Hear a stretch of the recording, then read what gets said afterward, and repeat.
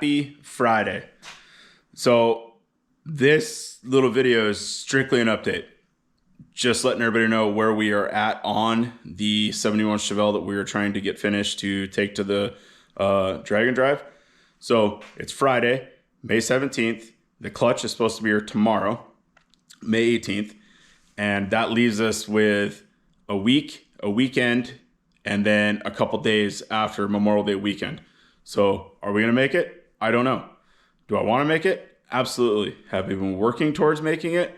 Abso-freaking-lutely. So we're really close. This is how close we are.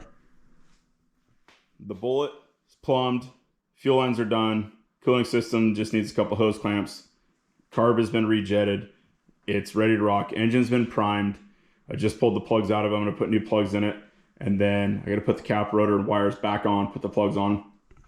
The interior is all back together.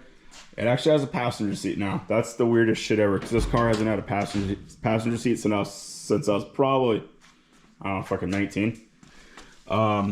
So whipped out a new transmission tunnel. It comes out super easy to access shift rods or whatever need be underneath there. I did modify the shifter, made my own shift handle and detent operating system. Put the line lock button right in the front of the switch panel because I think I really want to put a handbrake in this car, and I already have it. Wait, you guys want to hear something cool? That's the best fucking sound ever. I want to put a handbrake in just for staging it, and they can use it for a burnout too. But yeah, so the motor's good. Tranny just needs fluid. Rear end is good. Fuel system is good from bumper or from tank to carburetor. Now, I still need to build a 20-gallon fuel cell, and I still need to modify the headers to be able to put downpipes inside the fenders. Here's the plan. When it runs, it sits here, runs, everything's good. We heat cycle the engine, we retorque the heads.